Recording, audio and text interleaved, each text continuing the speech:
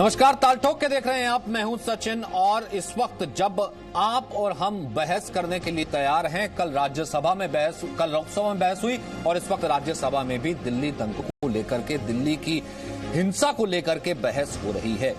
IB कर्मचारी अंकित शर्मा की हत्या मामले में जो सबसे बड़ा खुलासा हुआ है वो सबसे पहले आपको दे दें, सलमान नाम का एक शख्स गिरफ्तार किया गया है। दिल्ली पुलिस की स्पेशल सेल ने शख्स को गिरफ्तार किया है। सुंदर नगरी इलाके से गिरफ्तार हुआ है सलमान उर्फ मोमिन। जी हां, ध्यान से सुन लें, सलमान उर्फ मोमिन। दरअसल सलमान अंकित को ताहिर हुसैन के घर में खींच करके लेकर के गया था। अंकित पर काला कपड़ा डाल के उसने अंकित को घर के अंदर खींचा था। कई लोगों के साथ मिलकर बेरहमी से चाकू गोद गोद कर अंकित की हत्या कर दी गई थी। अंकित शर्मा की निर्वस्त्र करके हत्या की गई थी और धर्म देख करके, यह भी जांच में खुलासा हुआ है कि धर्म देख करके हत्या की गई थी और उसके बाद अंकित के शव को नाले में फेंक दिया गया था। तो ऐसे में वो लोग जो कि लगातार ये कह रहे हैं, देखिए सलमान के दरअसल 5 नाम हैं, मोमिन, हसीन, मुल्ला, नन्हे, तो ये नाम बदल बदल कर रहता था और अंकित की हत्या में शामिल इस व्यक्ति को गिरफ्तार किया गया है। सुंदरनगर से गिरफ्तार हुआ है और इसी ने काला कपड़ा डाल के न केवल अंकित को खींचा बल्कि उसकी चाकू गोद गोद कर हत्या भी की।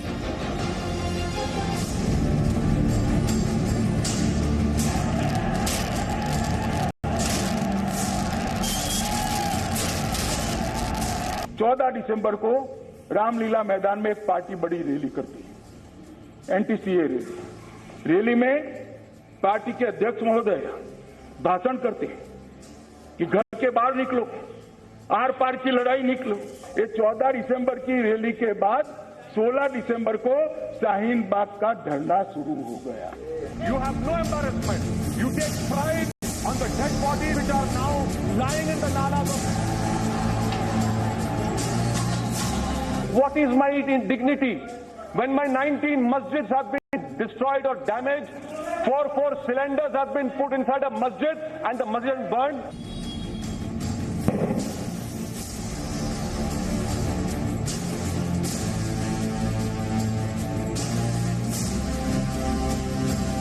आप कह रहे हो भड़काऊ भाषण दिए गए। किसने भड़काऊ भाषण दिया यहां आके? ओबामा ने दिया कि ट्रंप ने दिया? अरे भाई, आपके नेताओं ने भड़काऊ भाषण दिया।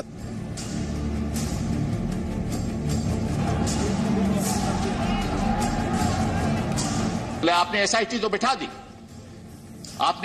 बिठा दी, लेकिन पीड़ित लोग को अक्यूज्ड बनाया जाएगा।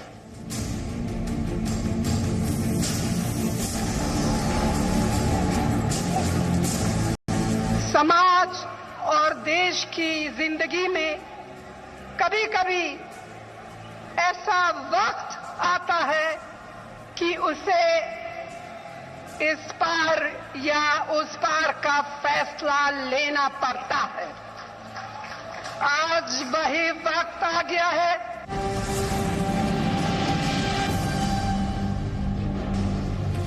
तो इस पार का फैसला लेना पड़ता है या उस पार का फैसला लेना पड़ता है, ये सोनिया गांधी कह रही थी। वारिस पठान क्या कह रहे थे वो भी हमने सुना था। लेकिन चर्चा के दौरान इस कहीं ना कहीं पूरी चर्चा को एक तरफ ये कहने की कोशिश की गई थी क्या ये मुस्लिम विरोधी दंगा था, वहीं अंकित में सलमान की गिरफ्तारी ये बताती किस तरीके से उसे ब्रूटल तरीके से मारा गया, ये देख करके कि उसका धर्म क्या था। तो दिल्ली में भड़काऊ वायरस से क्या दंगे हुए हैं?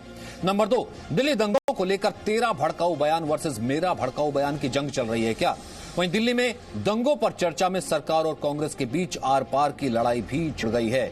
कुल मिलाकर यह कहना है कि यह सुनियोजित साजिश रची गई थी, ये कहना है कांग्रेस का। वहीं दूसरी तरफ बीजेपी कह रही है कि भड़काऊ वायरस किसने फैलाया। वहीं सोनिया को बचाएंगे और पुलिस पर क्या इल्जाम लगाएंगे। तमाम मेहमान इस वक्त हमारे साथ मौजूद हैं। हमारे साथ गौरव भाटिया हैं, बीजेपी के राष्ट्रीय प्रवक्ता, तस्लीम अहमद रहमानी हैं, president Muslim political council of India, संगीत रागी हैं, राजनीतिक विश्लेषक, वेद भूषण हैं, x ACP Delhi police, Sunil Chopra हैं, राजनीतिक विश्लेषक, लीडर सीपीएम, सैयद असीम वकार हैं एआईएमआईएम से, वो हमारा साथ देंगे, और साथ ही साथ कासमी साहब हैं जो कि इस वक्त मुस्लिम राष्ट्रीय मंच से हैं। गौरव भाटिया, मैं सबसे पहले आपसे शुरू करना चाहता हूं, कल भी गृह मंत्री ने इस पूरी चर्चा में जवाब दिया था। उन्होंने एक एक करके तमाम एफआईआर का जिक्र किया था। उन्होंने कहा था कि भारतीय मारे गए हैं, 712 एफआईआर बताई और कहा कि एक एक व्यक्ति को चिन्हित करके एक्शन लिया जाएगा। आज लगता है कि वही ढाक के 3 पार कपिल सिब्बल हो या फिर पूरा विपक्ष हो, वो कह रहा है कि दंगों का वायरस और ये नफरत का वायरस आपने फैलाया।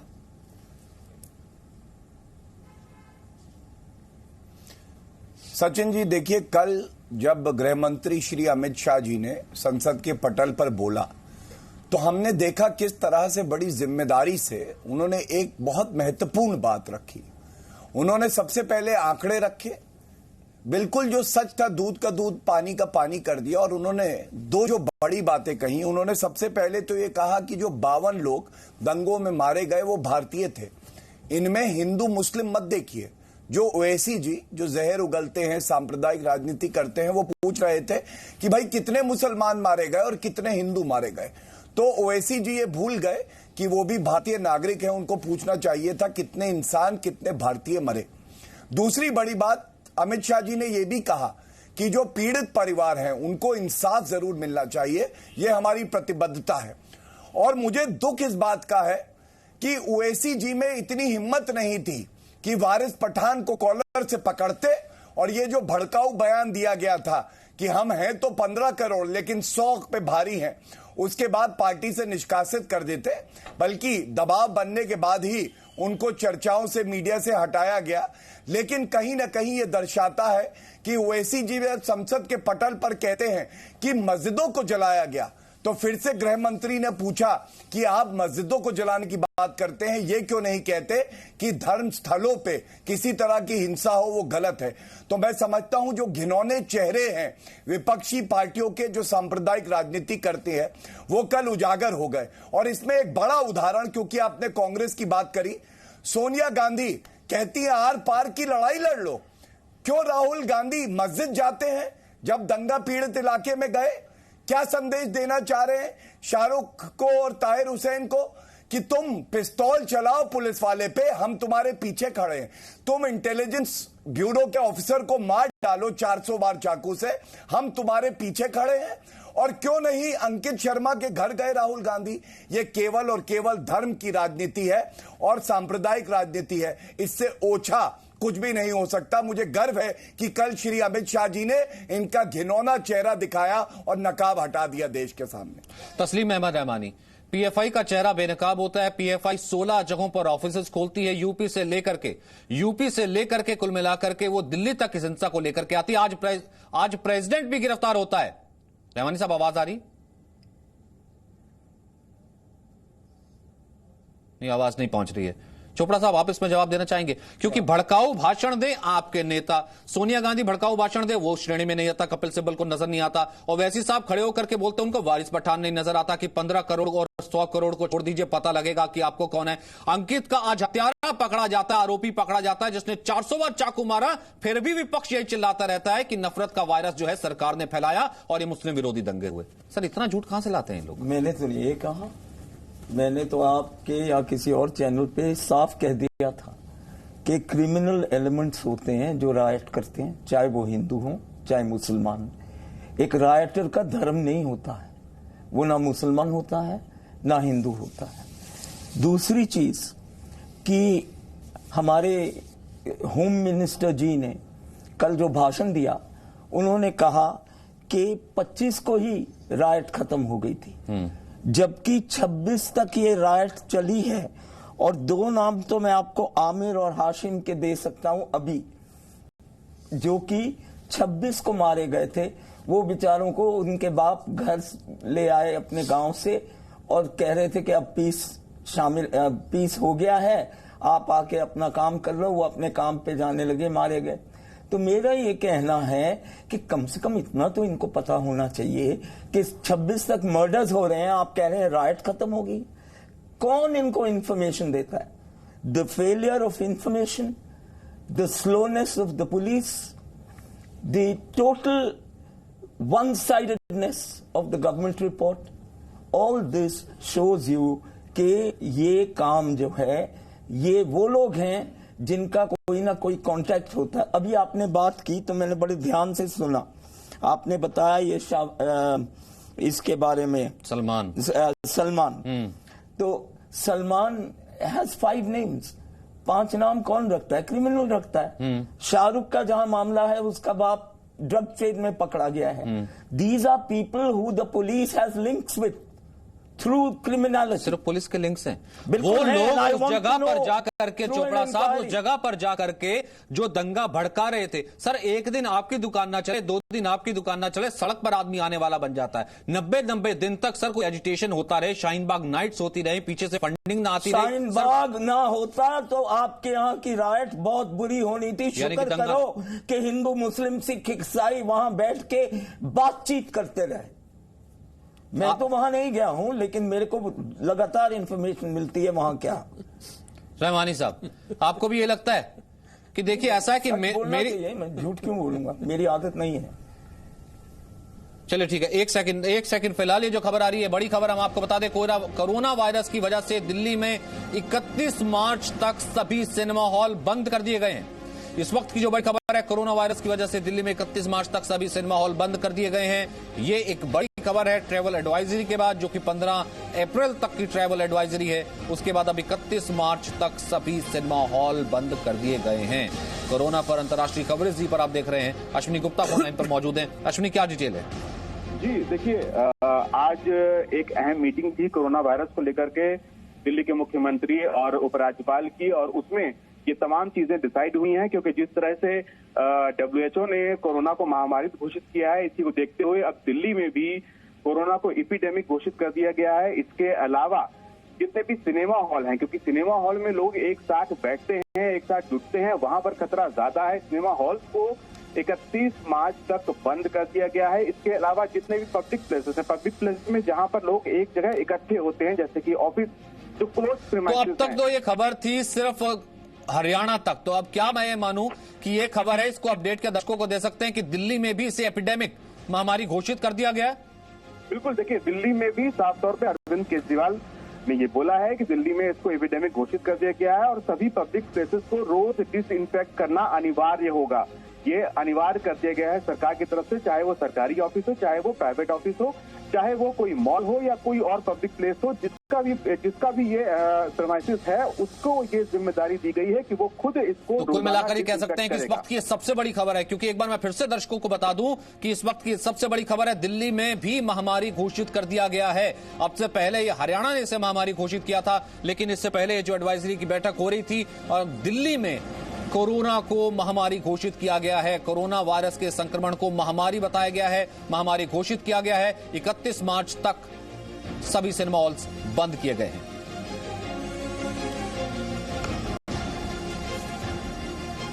वापस लौटते हैं टोकी की तरफ। तस्लीम अहमद रहमानी, आपको भी ये लगता है कि नफरत का वायरस किसने फैलाया? क्योंकि मेरी सीधी सी बात है, अभी मैं खबर बता रहा था कि सलमान जो पकड़ा जाता है, जिसने अंकित को मारा, जिसने अंकित को खींचा, जिसने तेजाब फाका, ये देख करके कि उसका धर्म क्या था। अब भी आप ये मानते हैं PFI, जिसका प्रेसिडेंट ये खुलासा करता है कैसे वो फंडिंग करता रहा शाहीन बाग को और भड़काऊ बयान देता रहा और दिल्ली हिंसा के पीछे उसका हाथ था, अब भी आप कहेंगे? देखिए, आपने पहले कहा था कि PFI का चेहरे से नकाब उतर गया। PFI के चेहरे पे कभी कोई नकाब नहीं था, लेकिन हमने नकाब देखा उन लोगों के चेहरों पे जो मोहन नर्सिंग होम की छत पे हेलमेट के नाम से हेलमेट से अपने चेहरे छुपाए थे। हमने नकाब देखे थे लखनऊ और कानपुर में उन फिसादियों के चेहरों पे जो पुलिस के साथ खड़े हुए फायरिंग कर रहे थे। हमने नकाब कई जगहों पर देखे हैं, उनके नकाब अभी तक नहीं उतरे। कल होम मिनिस्टर साहब ने लोकसभा में खड़े होकर कहा कि 300 लोग दिल्ली के बाहर से आए थे, कौन थे? उनके नकाब अभी तक नहीं उतरे। होम मिनिस्टर साहब ने, पार्लियामेंट बहुत अहम जगह है, वहां पर जो भी बात कही जाती है वो एक रिकॉर्ड होती है, सारा देश और दुनिया उसको देखती है। आपने कह दिया कि 25 की शाम 11 बजे के बाद कुछ नहीं हुआ। अभी सुनीत जी बता रहे थे और मुझे भी मालूम है कि 26 की रात भर वहां क्या होता रहा। तो और अभी महामारी घोषित कर दिया कोरोना वायरस को, बहुत अच्छा है, 31 तारीख तक सिनेमा हॉल बंद हो गए। लेकिन इसी हालत में हजारों लोग, एक खास तबके के लोग हैं, हजारों जो किसी ईदगाह में पड़े हैं, किसी कैंप में पड़े हैं, उनके लिए क्या इंतजाम किए गए? अभी तक इसका कोई ऐलान नहीं आया। कोरोना वायरस उनको भी लग सकता है। कहां से इंफॉर्मेशन आती है आपको? सॉरी, मैं थोड़ा सा बीच में आपको क्या इंतजाम किए हैं? या तो गृह मंत्री पर, देश के गृह मंत्री पर यकीन नहीं है। जब देश का गृह मंत्री कैटेगोरिकली आपको रिपोर्ट देता है, जब वहां पर खड़े होकर के दिल्ली के कमिश्नर, दिल्ली के जो है प्रवक्ता जो है, आज दिल्ली पुलिस के प्रवक्ता बाकायदा रोज एक पीसी करते हैं कि इतनी गिरफ्तारियां इससे पहले, भले वो दिल्ली दंगा हुआ हो, इससे पहले कुछ भी हुआ हो, इतनी गिरफ्तारियां नहीं हुई हैं, इतनी FIR नहीं हुई हैं, फिर भी क्यों जो है आप एक तरीके का नैरेटिव सेट करने में पड़े हुए हैं? या फिर क्योंकि एक तरीके का नैरेटिव दिखाने से विपक्ष को फायदा होता है, दंगों का फायदा लेना अब भी चाहता ही। मेरे को जो इंफॉर्मेशन आई है वो मैं तो कह नहीं रहा, हम तो कह रहे हैं कि एक ही नैरेटिव रहना चाहिए देश का। तो मैं भी था, बहुत अच्छा है, तो मैं भी था, लेकिन फिर आपने वही देखा ना जो आपको देखना था। इसका मतलब रिलीफ के लिए किया क्या है ये भी तो बताए ना आपको। नंबर एक, रिलीफ एंड रिहेबिलिटेशन के लिए मरकजी सरकार ने क्या किया है, दिल्ली की सरकार ने क्या किया है। नंबर एक, फिसाद हो गया ना, लोग मर गए, 300 लोग जख्मी हो गए, सैकड़ों मकान, दुकानें जल गई, गाड़ियां जल गई, जिसकी भी जली। लेकिन आपने रिलीफ रिहेबिलिटेशन के लिए क्या किया है उसका भी कोई ब्यौरा देना चाहिए था लोकसभा में, उसका आपने कोई जिक्र नहीं किया।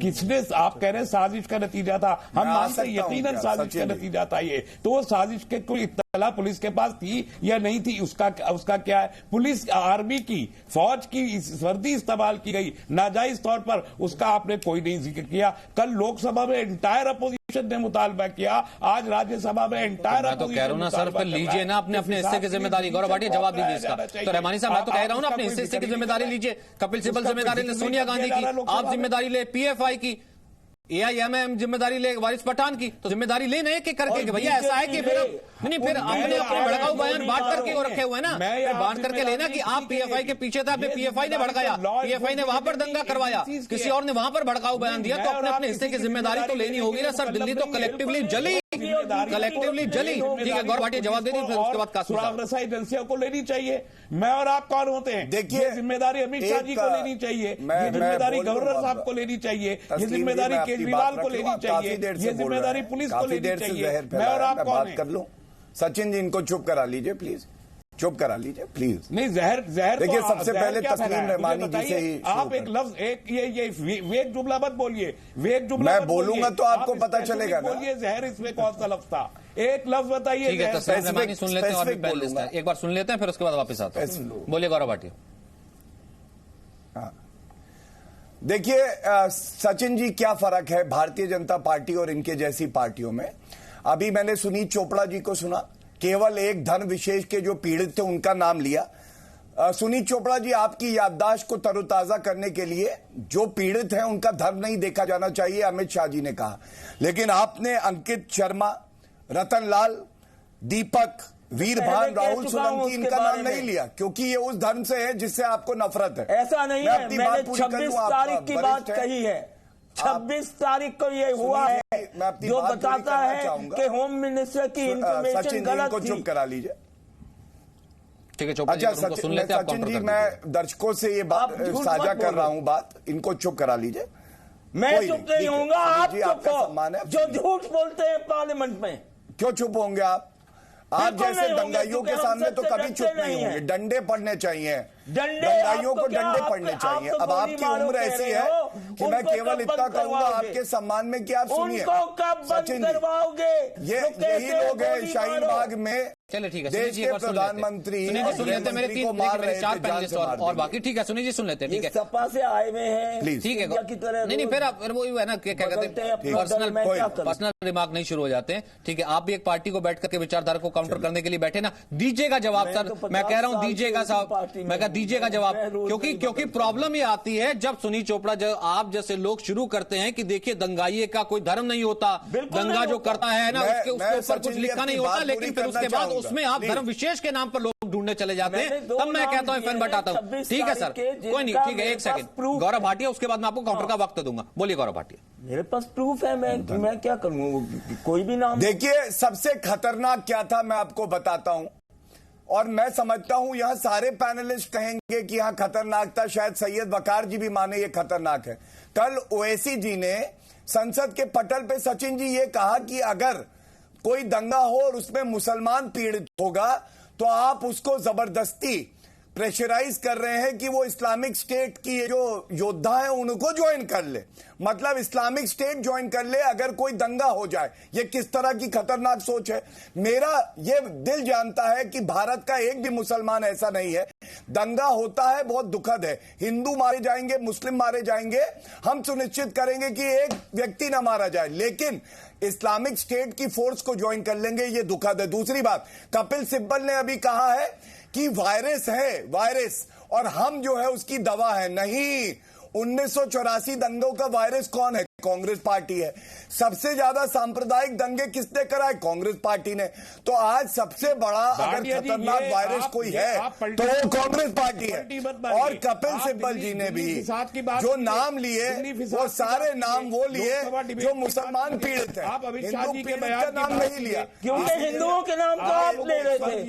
मतलब बांट लिया ना आपने, नहीं बांट लिया ना, इसका मतलब असीम वकार, नहीं एक सेकंड, असीम वकार इस तरीके से चर्चा हो, एक सेकंड, थोड़ी बहुत इज्जत है वो भी उतर जाएगी। एक सेकंड, शाहीन बाग से चुनाव लड़े थे, 149 वोट मिले। मोहब्बत के मसीहा है ये, यहाँ बैठे हैं, मोहब्बत फैला रहे थे आप शाहीन बाग में। नहीं, मेरे और मैं बता दूं छोड़िए, आप तो एक चुनाव लड़के आप पहले अरेस्ट हुए पार्टी से, आप पहले पार्टी से समय आएगा लड़ेंगे। आपका मुझे मालूम है, लेकिन मैं ये कह रहा हूँ कि आप तारीख के पर्दे में मुंह छुपाना क्यों चाहते हैं? आप आज इस हिसाब की बात क्यों नहीं करना चाहते?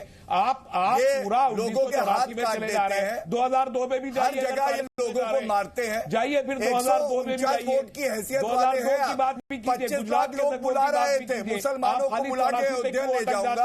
आपसे ज्यादा जहर कौन उगलता है मुझे बताइए। और सुनिए, अपने गुनाहों अरे चुप हो जाइए, एक सेकंड रहमानी साहब, एक सेकंड रहमानी साहब, एक सेकंड, गौरव भाटिया एक सेकंड, गौरव एक सेकंड, गौरव एक सेकंड, गौरव एक सेकंड, गौरव एक कमेंट और बाकियों से भी ले लेते हैं। एक सेकंड, तस्लीम अहमद रहमानी, तस्लीम अहमद रहमानी, तस्लीम अहमद रहमानी, एक सेकंड, तस्लीम अहमद रहमानी, एक सेकंड। 84 में चले जाते हैं आसानी के साथ। 142 करोड़ रुपए दंगा फैलाने के लिए खर्च कर दिए। बताइए एक वोट कितने का हुआ? एक वोट कितने का? 142 करोड़ रुपए खर्च करके बताइए ना। 149 वोट मिले। तस्लीम अहमद रहमानी एक सेकंड, गौरव भाटिया एक सेकंड, गौरव भाटिया एक सेकंड, तस्लीम अहमद रहमानी एक सेकंड, असीम वकार, मेरे और 3 भी पैनलिस्ट बाकी हैं। असीम वकार, मैंने जिस खबर से शुरू किया था, अंकित, वो जो आईबी का कर्मचारी, एक सेकंड, तस्लीम अहमद रहमानी एक सेकंड, मुझे आवाज थोड़ी धीरे करनी पड़ेगी सर फिर आपकी। असीम वकार, अगर मैं भी ऐसे बताना शुरू करूं, अंकित जो कोई आईबी का कर्मचारी था, जिसे ताहिर हुसैन के घर पर वो सलमान जिसे गिरफ्तार किया गया, खींच करके लेकर के गया, उसके ऊपर तेजाब फेंका गया, निर्वस्त्र किया गया, 400 बार चाकू मारा गया, मैं भी इसे बताने लग जाऊं कि वो जो अनुज कुमार था एसीपी, रतनलाल जो मारा गया, अमित जो डीसीपी था, ये तो हिंदुओं के खिलाफ दंगा था। तो सर ये दंगे भड़काने से कम नहीं हुआ तो और क्या हुआ, जो कि आपके अध्यक्ष कह रहे थे? दंगा तो दंगा हुआ ना सर। नहीं आप बताइए, लेकिन नहीं, पहली बात तो अगर आप बता रहे हैं तो बताइए, लेकिन फिर आपको एंकर की कुर्सी छोड़कर गौरव भाटिया की कुर्सी बैठना पड़ेगा साहब। पहले आपको बीजेपी का प्रवक्ता ऑफिशियली बनना पड़ेगा, उसके बाद आप जो दिल चाहे बोलिए। सर अंकित की खबर बताने के लिए मुझे किसी का प्रवक्ता क्यों बनना पड़ेगा? कीजिए हजरत। नहीं, मैं कह रहा हूं ना, मैं तो आप पे सवाल उठा रहा हूं ना सर। जब आप खड़े होकर के कहते हैं दिल्ली हिंसा को, आपके अध्यक्ष कहते हैं कि धर्म विशेष के खिलाफ वो हिंसा थी, तो मैं कुछ उस आंख को खोलने के लिए वो कहते हैं कि नहीं सिर्फ मुस्लिम ही मारे गए, तो कुछ और लोगों के नाम भी रखता हूं ना सर, कि मरने वाला मुस्लिम या हिंदू नहीं होता, मरने वाला होता है। और दंगाई ये शायद नहीं देखता कि वो कौन सा है जिसे मारा गया। मैं इसीलिए कहता हूं। अब आप अपनी बात बोलिए। सर हाँ, अब मैं बोलूं। देखिए, चाहे हिंदू मरे चाहे मुसलमान मरे, लेकिन मर तो हिंदुस्तान का ही इंसान रहा है। अगर हम आप इस बात को सोचकर बात करेंगे कि इंसान मर रहे हैं, तो शायद हल भी निकलेगा और जो अपराधी हैं उनके खिलाफ कार्रवाई भी होगी, और भविष्य में इस तरह के दंगे ना होने पाए, लोग अपने बच्चों को ना खोने पाए, इस पर हम लोग एक बैठकर अच्छा सा प्लान भी बनाएंगे। लेकिन जब हम अपने अपने लेकर चलेंगे और अपनी अपनी बात करेंगे, तो मैं समझता हूं कि गलत हो जाएगा। कल अमित शाह साहब भाषण दे रहे थे, अच्छी बात थी, उन्होंने इनका भाषण गिनाया, उनका गिनाया, पीछे गिरिराज सिंह भी बैठे हंस रहे थे, उंगली दिखा रहे थे। एक बार घूम कर कह देते, ए गिरिराज तुम भी हो, तुम भी बोलते हो, तुम भी गलत बयानी करते हो, तुम भी हेड स्पीच देते हो, चुप रहो, मत हंसो। जैसे तो मैं समझता हूँ कि अच्छा मैसेज चलाया को स्टेज से उतारा, उन्होंने सबके स्पीचेस गिनाई, कपिल मिश्रा का नाम नहीं लिया, प्रवेश वर्मा का नाम नहीं लिया, अनुराग ठाकुर का नाम नहीं लिया। सर 84 का जिक्र किया उन्होंने, 84 का जिक्र किया, बड़े पेड़ का जिक्र कर दिया, धरती हिलने का। गलत हुआ था 84 में, वो नरसंहार था 84 में, लेकिन 2002 का भी जिक्र करना चाहिए था अमित शाह साहब को। 2002 का जिक्र क्यों नहीं किया? क्योंकि खुद गृह मंत्री थे इसलिए नहीं किया, उनके उस्ताद मुख्यमंत्री थे इसलिए जिक्र नहीं किया उन्होंने। हम कब तक किसी तरह की बहस करते रहेंगे? आईएएस ज्वाइन करेंगे कब तक हम लोग सोचते रहेंगे? ज्वाइन कर रहे हैं क्या? कब ज्वाइन कर रहे हैं? सैयद नहीं बोला असद साहब ने ऐसा। ओवैसी जी कब आईएएस ज्वाइन कर रहे हैं? असद साहब ऐसा नहीं बोल सकते। आईएएस ज्वाइन कर रहे हैं सैयद वकार जी, साहब ऐसा नहीं बोल सकते। पता चला है ये असद साहब ऐसा नहीं बोल सकते। नहीं, कल बोला ना उन्होंने। उन्होंने कहा हमें कट्टरपंथी मत बनाइए वरना हमारे पास कोई ऑप्शन नहीं रहेगी, आईएसएस ज्वाइन कर लेंगे। तो अब आप दंगा होगा तो आईएसएस ज्वाइन कर लेंगे, आप आईएसएस ज्वाइन करेंगे सैयद वकार जी? बताइए जरा देश को। कहा कि अब आप और ओवैसी जी को जुबैर की चिंता तो हुई, लेकिन अंकित शर्मा और रतन लाल की शहादत पे तो मुंह में दही जम गई। भारतीय मैं पूछ रहा हूँ, आप बताइए। पढ़े लिखे लोग कट्टरपंथी हो जाएंगे, जब पढ़े लिखे लोग कट्टरपंथी हो जाएंगे। अरे मैं पूछ रहा हूँ, जो काबिल लोग हैं जिनके ऊपर समाज की जिम्मेदारी कंधों पर है, और आप लोग जब रेडिकल हो जाएंगे, हमारे पास जब आप रेडिकलाइज करेंगे समाज को, देश को जलाने की बात करेंगे, देश को तोड़ने की बात करेंगे, लोकतंत्र के मंदिर में कह रहे हैं, झंझोड़ करने की बात काश्मीर साहब एक सेकंड काश्मीर साहब रेडिकल होना किसे क्या? सैयद असीम वकार बहुत आसानी से कह देते हैं, मतलब अगर ये मतलब सैयद असीम वकार बहुत आसानी से कह देते अब आप रेडिकल हो जाएंगे, वहां पर गिरिराज सिंह को कह देते, फिर तो वारिस पठान को भी कह देते सर, फिर तो शर्जील इमाम का नाम भी ले देते, फिर तो वहां पर जब उमर खालिद की गिरफ्तारी हुई उसको लेकर के भी आज सवाल उठाया जा रहा था। फिर रेडिकल होना मतलब कि अगर आप हिंदू का पक्ष लीजिए तो आप रेडिकल नहीं है, तो आप सांप्रदायिक है। जैसा आपने दूसरा पक्ष लिया तब आप एक तरीके की बात करने लग जाते हैं। देखिए जिस तरीके से आज भारत की बढ़ती हुई शक्ति को देखकर वो ताकतें जो भारत के अंदर रात दिन जो है किसी किस्म की हिंसा कराने के लिए दर पे रहती हैं, उन्होंने इस प्लान को बहुत सलीके के साथ में बनाया और ये 3 महीने की जो कसरत की थी उसका नतीजा दंगों की शक्ल में सामने आया। मगर भारत के दंगे होते रहे 70 सालों के अंदर, ये एक पहला दंगा था जिसको सरकार ने, गृह मंत्रालय ने, वजीर आजम ने इंतहाई संजीदगी में लिया और चंद घंटों के बाद ही देश का सबसे ताकतवर व्यक्ति जो सुरक्षा को लेकर है एनएसए अजीत डोभाल को फील्ड में उतारने के बाद, उन तमाम क्षेत्रों का दौरा करने के बाद चप्पे चप्पे के ऊपर सीआरपीएफ लगाई गई और इतनी बड़ी तादाद में फोर्स लगाई गई कि कोई भी दंगाई हो, किसी भी पक्ष का हो, किसी भी धर्म का हो, वो बाहर निकल के ना आ सके और कोई ऐसी हरकत ना कर सके। और उसके बाद से वो इलाके शांत हुए, वरना इनका इरादा यह था कि भारत के अंदर 1800 जगह पर जो धरने इन्होंने करा रखे हैं, पूरे भारत के अंदर हम ऐसे हालात बनाएं और देश को तोड़ने की वो साजिश जो आज ईरान का राष्ट्रपति बोल रहा है, या इनके वो कम्युनिस्ट रहनुमा जो चाइना में बैठे हुए हैं, पाकिस्तान में बैठे हुए हैं और रात को दिन में वहां टीवी चैनलों पर बातें कर रहे हैं गज़वाए हिंद की और यहाँ के मुसलमानों को आईएसआई से जोड़ने की, वो तमाम चीजें कामयाब होती। मगर सरकार ने बगैर धर्म देखे हुए, बगैर पक्ष देखे हुए, बगैर पार्टी देखे हुए जो बात की है। कल हमारे गृह मंत्री ने पार्लियामेंट के अंदर जो शब्द कहे, उन्होंने साफ साफ कहा है उन्होंने कि किसी भी मजहब को देख के कार्रवाई नहीं होगी, चाहे वो किसी भी मजहब का हो।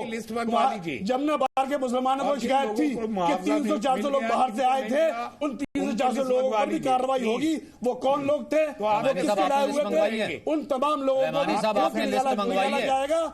और 2007 का आंकड़ा कल अभी और तमाम आंकड़े जो है वो सबके सामने हैं। इस दंगे के आंकड़े भी सबके सामने रहेंगे।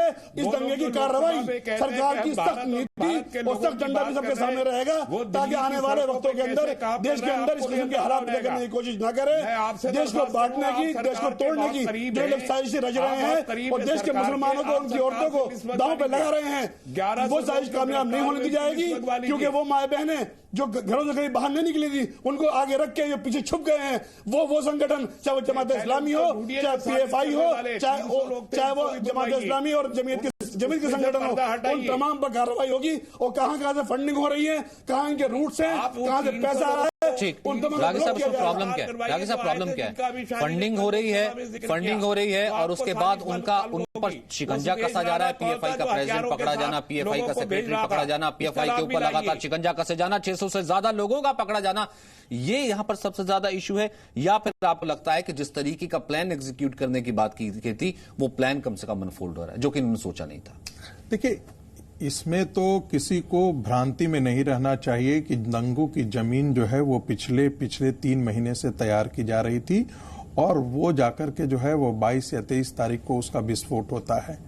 उस दंगों में लोग कहता है कि एक को जिम्मेदार, 2 को जिम्मेदार नहीं। जो भी भारत विरोधी ताकतें थी, जो भी नरेंद्र मोदी विरोधी ताकतें थी, वो दोनों एक साथ आकर के खड़े हो गए। यानी कि वैसी राजनीतिक ताकतें भी खड़ी हो गई जो भारतीय जनता पार्टी के खिलाफ थी, और जो देश विरोधी ताकतें जिसमें विदेशी ताकतें भी थी और इस देश के अंदर भी जो काम करने वाली ताकतें थी भारत के खिलाफ, वो साथ साथ खड़े हो गए। तीसरी बात महत्वपूर्ण बात है, हर दंगों का हम तात्कालिक कारणों पर 70 साल पहले जब इस देश का विभाजन हुआ तब भी हम लोगों ने यही कहा था संभवतः आने वाले दिनों में दंगे नहीं होंगे। क्या दंगे की मानसिकता चली गई? नहीं चली गई। हिंदू और जैनों के बीच में दंगे क्यों नहीं होते हैं? हिंदू और सिखों के बीच में दंगे क्यों नहीं होते हैं? हिंदू और बाकी और समुदायों को, बौद्धों के बीच में दंगे क्यों नहीं होते हैं? हिंदू और मुसलमानों के बीच में ही दंगे क्यों होते हैं? मुसलमानों और क्रिश्चियनों के बीच में ही दंगे क्यों होते हैं? मुसलमानों और बुद्धिस्टों के बीच में दंगे क्यों होते हैं? देखिए, जब तक आप कुरान की, इस्लाम की वो व्याख्या करेंगे जो ISIS करती है, जो तालिबानी लोग करते हैं, जो जिहादी लोग करते हैं, जो PFI के लोग करते हैं, जो असीम वकार की पार्टी करती है जिसमें हिंदुओं को काफिर और काफिरों को मौत की सजा, जब इस्लाम की आप ऐसी व्याख्या करेंगे, जब इस्लाम की ऐसी व्याख्या करेंगे, जब आप दारुल हरब और दारुल इस्लाम की बात करेंगे और इस भारत देश को अंदर ही अंदर दारुल हरब घोषित कर देंगे कि ये हिंदुओं का देश है, हमें इसे मुसलमानों का देश में कन्वर्ट करना है, जब इस मानसिकता से आप, जब एक मिनट 10 सेकेंड, जब इस प्रकार का नैरेटिव सारे मदरसों में और मुल्लाओं के द्वारा प्रचारित होगा, 70 साल में आप ये जहर यदि बच्चों में भरेंगे आप जिहाद कि हमको हिंदुओं के खिलाफ जिहाद करना है, तो ये मानसिकता वही है जो ISIS की मानसिकता है। मानसिकता में कोई अंतर नहीं है और इसी कारण से ये दंगे होते हैं। ठीक है, रहमानी साहब इसका जवाब देना चाहते हैं और उसके बाद सैयद असीम वकार, लेकिन एक सियासी टक्कर में आपको दिखाना चाहता हूं अमित शाह ने किस तरीके से जवाब दिया और उसके बाद कांग्रेस की तरफ से पीएल पुनिया। ज्यादा से ज्यादा 36 घंटे तक ये राइट चले हैं। ओवैसी साहब फिर से खड़े होंगे कि मैं शाबाशी दे रहा हूं। मैं शाबाशी नहीं दे रहा हूं, एक दूसरा पक्ष रख रहा हूं ओवैसी साहब कि इसको 36 घंटे में समेटने का काम दिल्ली पुलिस ने किया है और बहुत बड़ी परेड की संभावनाओं को जीरो करा। अगर दोषी है, दंगा फैलाया है, तो भारतीय जनता पार्टी के लोगों के द्वारा सुनियोजित ढंग से किया गया है। बाहर से लोगों को मंगाया, ट्रक भर भर के पत्थर मंगवाए गए और तब जाके सब पूरा किया है। और शर्मनाक बात यह है कि दिल्ली की पुलिस दंगा रोकने के बजाय दंगाइयों का साथ दे रही थी। What is my dignity when my 19 masjids have been destroyed or damaged? 4 cylinders have been put inside a masjid and the masjid burned. What is my dignity when I see a saffron flag being erected on my masjid? Owaisi जी ने बड़े जनून के साथ कहा कि मस्जिद जल गई, ओवैसी साहब मंदिर भी जले। जरा तनिक इसके लिए भी दुख व्यक्त कर देते। मैं मंदिर और मस्जिद दोनों जले हैं, दोनों के लिए दुख व्यक्त करता हूं। कोई भी धर्मस्थान, चाहे गुरुद्वारा हो, चर्च हो, मंदिर हो, मस्जिद हो, नहीं जलना चाहिए। आपने जुबेर का उदाहरण दिया, बड़ी दुर्भाग्यपूर्ण घटना है। हम नहीं छोड़ेंगे जुबेर के कातिलों को, परंतु साथ में IB के अफसर शर्मा के शरीर पर 400 घाव लगा दिए, वो भी बोले होते तो सदन की शोभा बढ़ती, सदन की शोभा बढ़ती जाएगा, नामांकित का कातिल बख्शा जाएगा। लेकिन जब बात होती, बहस होती है, तो एक का नाम ही जुबान पर क्यों आता है? तस्लीम अहमद रहमानी कुछ कहना चाह रहे थे संगीत रागी के जवाब में, फिर उसके बाद असीम वकार, फिर उसके बाद सलमान आता हूं वेदभूषण जी आपके पास। Thank you. देखिए, संगीत रागी जी ये फरमा रहे थे कि जितने भी होते हैं वो सारे मुसलमान ये वो सबको जोड़ते रहे। 1984 के दंगों की बात बार बार की जा रही है दिल्ली राइट्स के से कंपेयर करते हुए। मैं पूछना चाहता हूं कि वो जो सिख अलग स्थिति थी सर, उस स्थिति को आप हटा दीजिए सर। मैं जानता हूं कि आरएसएस के लोगों के नाम FIR है सिख राइट्स में। जो आप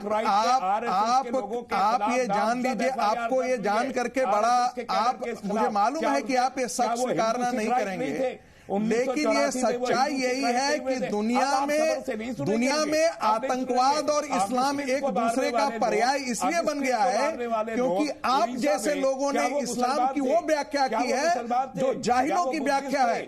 आप जैसे लोगों ने इस्लाम की वो व्याख्या की है जो कट्टरता की व्याख्या है। आप लोगों ने इस्लाम को एक शांति प्रिय धर्म के रूप में व्याख्या नहीं किया है। आप मदरसों में बच्चों को जिहाद की शिक्षा देते हैं तो फल क्या मिलेगा? इस देश में वही मिल रहा है। और ये मानसिकता आज नहीं है, ये मानसिकता आज नहीं है। 1946 में भी यही मानसिकता थी आपकी। जब मोपला हुआ था तब भी आपकी यही मानसिकता थी। आप ही के घरों से प्रॉब्लम तब आ जाती ना, लेकिन कासमी साहब प्रॉब्लम तब आ जाती ना जब मेरी बात सुनिए नहीं, एक सेकंड कासमी साहब, प्रॉब्लम तब आ जाती ना। आप मेरी बात सुनिए, एक सेकंड कासमी साहब। ठीक है, अच्छा नहीं दी जाती, मैं कह रहा हूं नहीं दी जाती है। एक सेकंड कासमी साहब मेरी बात सुनिए, एक सेकंड। अच्छा ठीक है, एक सेकंड मेरी बात सुनिए। वेद भूषण जी मुझे एक बात सुनिए। प्रॉब्लम ये तब आ जाती है, सुनिए कासमी साहब, प्रॉब्लम ये तब आ जाती है। रहमानी साहब सुनिए, अरे सुनिए ना कासमी साहब एक सेकंड। रहमानी साहब, प्रॉब्लम तब आ जाती है जब यहां पर जुबैर का नाम, जैसा कि गृहमंत्री ने किया, जुबैर का नाम तो जो पॉलिटिशियन है उनके जुबान पर आ जाता है, अंकित का नाम नहीं आता। मस्जिद तोड़ी गई तो आ जाता है, वैसे कह देते हैं। एक सेकंड कासमी साहब, एक सेकंड। वो कह रहे हैं मस्जिद तोड़ी गई तो आ जाता है, लेकिन मंदिर का वो जिक्र नहीं करते हैं। लेकिन ऐसे में वेद भूषण जी कम से कम इस पूरे में कासमी साहब क्यों अकेले बोलते चले जा रहे हैं? क्यों अकेले बोलते चले जा रहे हैं? उनको सवाल नहीं हुआ क्यों अकेले बोलते चले जा रहे हैं? लेकिन वेद भूषण जी मेरा सवाल यह है कि जब एक तरफा ये आता है, ये बहुत अच्छे से बहुत आसानी से कह तो देते हैं कि देखिए धर्म विशेष के खिलाफ, कम से कम 4 बार आपने सुन लिया होगा। देखिए दिल्ली पुलिस मिली हुई थी, आपको जो बगल में बैठे ना वो भी कह रहे हैं कि है ना कि दिल्ली पुलिस के भी कुछ लोग थे। इनको सर वो अनुज नहीं नजर आता जिसका सिर फोड़ा गया, इनको अमित नहीं नजर आता, वो एसीपी है ना, लेकिन वो वहां पर जलता हुआ वो नर्सिंग होम नजर आता है। रहमानी साहब जिसका जिक्र किया, जिसके ऊपर दंगाई खड़े थे, इनको नीचे खड़े हुए पुलिस वाले नहीं नजर आते जो बुझा रहे थे। सचिन, आपके चैनल पर बहुत देर से पानी में पकौड़े तले जा रहे हैं। मैं बड़े धैर्य से आप तमाम लोगों की बात सुन लेता हूं। जमुना पार जहां दंगे हुए हैं, 3 डिस्ट्रिक्ट है, east, north east and Shahdara. लगभग 40 थाने हैं, 12 थाने राइट अफेक्टेड रहे जिनमें कर्फ्यू लगाया गया था। यमुना पार के अंदर त्रिलोकपुरी से ज्यादा, कल्याणपुरी ज्यादा क्रिमिनल एरिया नहीं। बार बार क्रिमिनल और मुसलमानों को एक रूप में दिखाया जा रहा है। मैं आपको क्लियर करता हूं पोजीशन। ये जो इलाका जहां पर दंगे हुए हैं, मेजोरिटी मुस्लिम का एरिया है। दंगे तो वहां होने चाहिए थे यदि हिंदू, वहां मुस्लिम वहां भी है, पर चूंकि वहां परसेंटेज बहुत कम है। यहां मेजोरिटी मुस्लिम एरिया है। ये जो दंगे थे, ये एंटी दिल्ली पुलिस दंगे थे, ये एंटी एस्टेब्लिशमेंट दंगे थे, ये एंटी सरकार दंगे थे, ये एंटी हिंदू दंगे थे। अब आप देखिए, आप मुस्लिम हिंदू, मैं मुस्लिम हिंदू की बात नहीं करता हूं, मंदिर भी जले, मस्जिद भी जले और 1100 क्रिमिनल्स आइडेंटिफाई हुए हैं। मैं हिंदू मुस्लिम की संख्या और परसेंटेज पर नहीं जाना चाहता, नहीं जाना चाहिए। लेकिन जब खुलासा हो रहा है, क्यों विपक्ष तुला हुआ है कि मुस्लिम विरोधी दंगे थे? क्यों विपक्ष तुला हुआ है कि मुस्लिम विरोधी दंगे थे?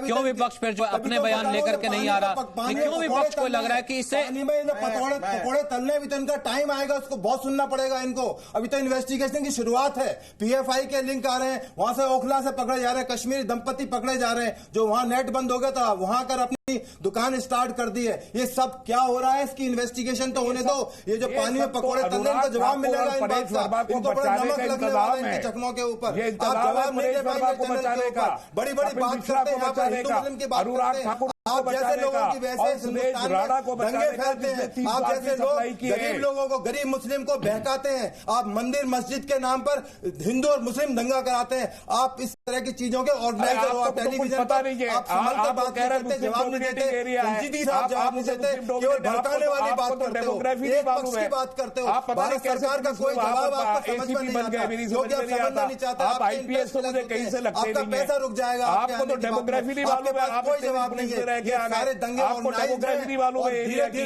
कि आप कह रहे हो डोमिनेटिंग एरिया है, मुझे आप परसेंटेज बता सकते हैं। अभी आप देखिए क्या क्या होता है। अरे अभी आपके सामने खुल के आएगा बता दीजिए, और उंगली आपकी तरफ भी है। सेंसस के आंकड़े कोट करके आपकी तरफ भी जा रही है। भी नहीं मालूम आप भी अपने आप को बचा के रखना, आपकी तरफ भी उंगली जाएगी। आप मुझे बता दीजिए, आप अबेटमेंट करते हैं, आप अबेटमेंट के लिए जिम्मेदार हैं, जिम्मेदार हैं आपके लोग जो बड़े गैर जिम्मेदाराना बात करते हैं। आपके तरह के जितने भी लोग हैं चुन चुन के एक दिन अरेस्ट होंगे। सैयद असीम वकार, फिर उसके बाद गौरव भाटिया। आतम चोपड़ा जी, एक सेकंड में आपका कमेंट लेता हूँ। सैयद असीम वकार, फिर उसके बाद गौरव भाटिया। ने कहा है ढोल गवार शूद, और आप बोल रहे हैं कि एंटी हिंदू राइट्स है, आप इसे बता रहे हैं एंटी हिंदू राइट है। आपको खुद अमित शाह जी के बयान वेदभूषण जी एक सेकंड, वेदभूषण जी एक सेकंड, असीम वकार जी, असीम वकार जी एक सेकंड। ओके ठीक है, भड़काते हैं आप लोग। ठीक है, एक सेकंड, नहीं एक सेकंड, वेदभूषण जी एक सेकंड, असीम वकार एक सेकंड, एक एक करके। ठीक है, मैं सबको एक एक करके एक मिनट दूंगा। ठीक है रहमानी जी, एक मिनट सबको दूंगा। अभी असीम वकार, रहमानी जी एक सेकंड। अभी असीम वकार उस वक्त भी मैं आपके पास आ गया था। अभी असीम वकार, फिर उसके बाद गौरव भाटिया। बोले असीम वकार। जरूरी नहीं है ना जो सामने नजर आए वही दंगाई है, जो पर्दे के पीछे खड़ा है, जो भड़का रहा है, जिसने बयान दिए, जिसने मंच का उपयोग किया, जिसने फंडिंग की, सर वो भी शायद सबसे बड़ा दंगाई। सर इंक्वायरी होनी चाहिए। सर संगीत रागी ने अभी, सर बोलूं ना बोलूं? बोलिए। सर संगीत रागी ने अभी ये कहा कि मुसलमानों से ही दंगे लड़ाइयां क्यों होती हैं। सर बहुत पहले इसी हिंदुस्तान में, अभी 200 साल 300 साल पहले की बता रहा हूं आपसे, कि दलित औरतों को उनके वच्छ सीना नहीं ढकने दिया जाता था। ब्राह्मण कहते थे कि अगर सीना ढक लोगे तो टैक्स देना पड़ेगा। ऐसा है सर, ऐसा है। जब मैं आपको बोलना शुरू करूंगा ना तो मुसलमानों ने उनको सीना ढकने का हक दिलाया। स्टूडियो छोड़ करके भाग जाएंगे। सर अब बोलने धर्म के नाम पर सिर्फ इस्लाम है जो दुनिया में आतंकवाद फैलाता है। आप बोल रहे थे, मैं चुप रहा मियां। अकेला धर्म है, अकेला एक इस्लाम है जो दूसरे धर्मों के खिलाफ जिहाद घोषित करता है। अच्छा ठीक है, उनको बोलने देते हैं। दुनिया में ठीक है रागी जी, किसी धर्म के साथ ठीक है, यही तरीका सिर्फ दुनिया में इस्लाम आतंकवाद के साथ जुड़ा हुआ है। कोई भी वही बात रिपीट कर रहे हैं ना आप। रागी जी एक सेकंड ना, वही बात रिपीट कर रहे हैं ना, वही बात रिपीट कर रहे हैं। बोलिए असीम वकार, बोलिए। तो आप हमें असीम वकार बोलिए, बैठिए आप। नहीं इसलिए बुलाते हो क्या हम ये सुने हम बोले असीम वकार बोलिए। जब दलितों की औरतों को सीना नहीं ढकने दिया जाता था तो वो हक मुसलमानों ने दिलाया। जब दलितों को कुएं में पानी नहीं भरने दिया जाता था और जब दलित सड़क पर चलते थे तो सड़क धोई जाती थी, आपके ब्राह्मण और हिंदू ही धुलवाते थे, तो वो बराबरी का हक भी मुसलमानों ने दिया। 84 में जब कुछ जानवर सिफत लोगों ने, संगीत रागी के रिश्तेदारों ने सरदार लोगों को सड़कों पर जिंदा जलाया तो मुसलमान ही बीच में आए और सरदारों को ढाल बोल रहे हो सामने कोई नहीं और बचाया। बिल्कुल आप गलत बोल रहे हैं, बिल्कुल आप गलत बोल रहे हैं। क्रिश्चियन को हलाला आप ही के यहाँ होता है। फिर डिबेट कहीं की और जा रही है। फिर रागी जी फिर डिबेट कहीं की कहीं और जा रही है ना। फिर आप इसमें हलाला ट्रिपल तलाक उसके लिए डिबेट छोड़ दें। बात डिबेट दिल्ली दंगों की ना। असीम वकार एक सेकंड, फिर उसमें जाऊंगा। वापिस आइए ना असीम वकार वापिस आइए ना उस दंगों पर भड़काने की राजनीति। मैं ये कर रहा हूँ कि कर कौन रहा है। मुसलमानों का नरसंहार हुआ तो रागी के रिश्तेदारों ने किया। एक सेकंड रागी जी, एक सेकंड, फिर वो डिबेट कहीं और। कोई सामाजिक सुधार की डिबेट में थोड़ा ना आप हिस्सा ले रहे हैं। मुझे एक बात बताइए ना, दिल्ली दंगों पर डिबेट कर रहा हूं तो दिल्ली दंगों पर जिम्मेदारी किसकी है सर? क्योंकि कुछ लोग अगर पार्लियामेंट के अंदर बैठ के भी तो भड़का रहे हैं ना, उनकी भी तो उतनी जिम्मेदारी हुई।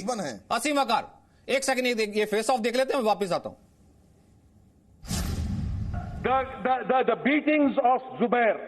The beatings of Zubair was used by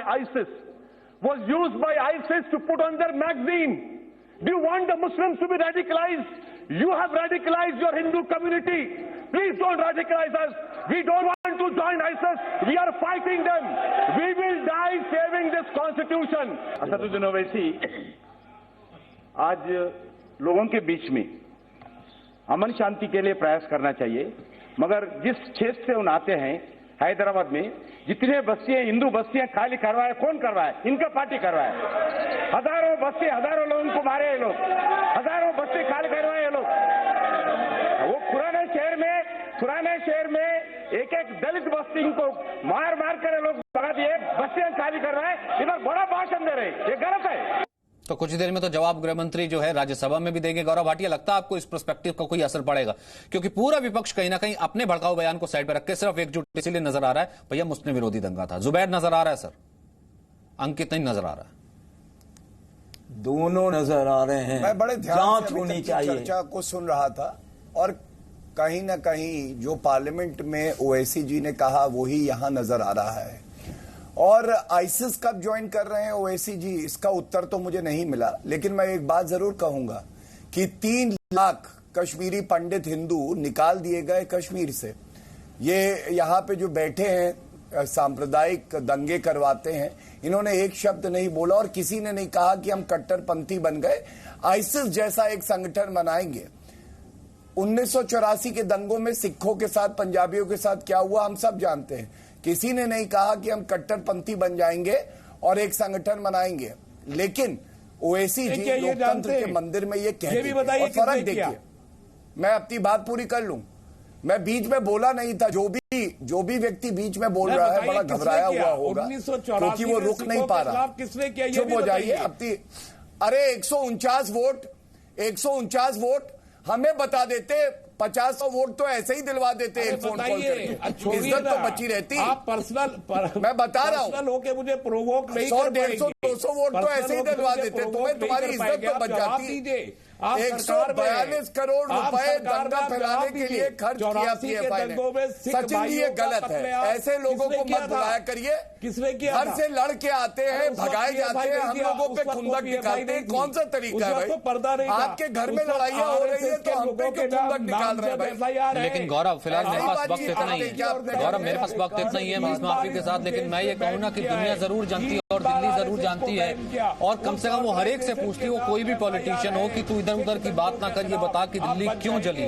क्योंकि रोज नए खुलासे होना और ये सैकड़ों करोड़ रुपया आना और ये साफ लगाना कि दिल्ली को सुनियोजित तरीके से जलाया गया था, और फिर उसके बाद एक तरीके का नैरेटिव तैयार करना कि अपने आप बताता है कि स्थिति कितनी भयावह थी।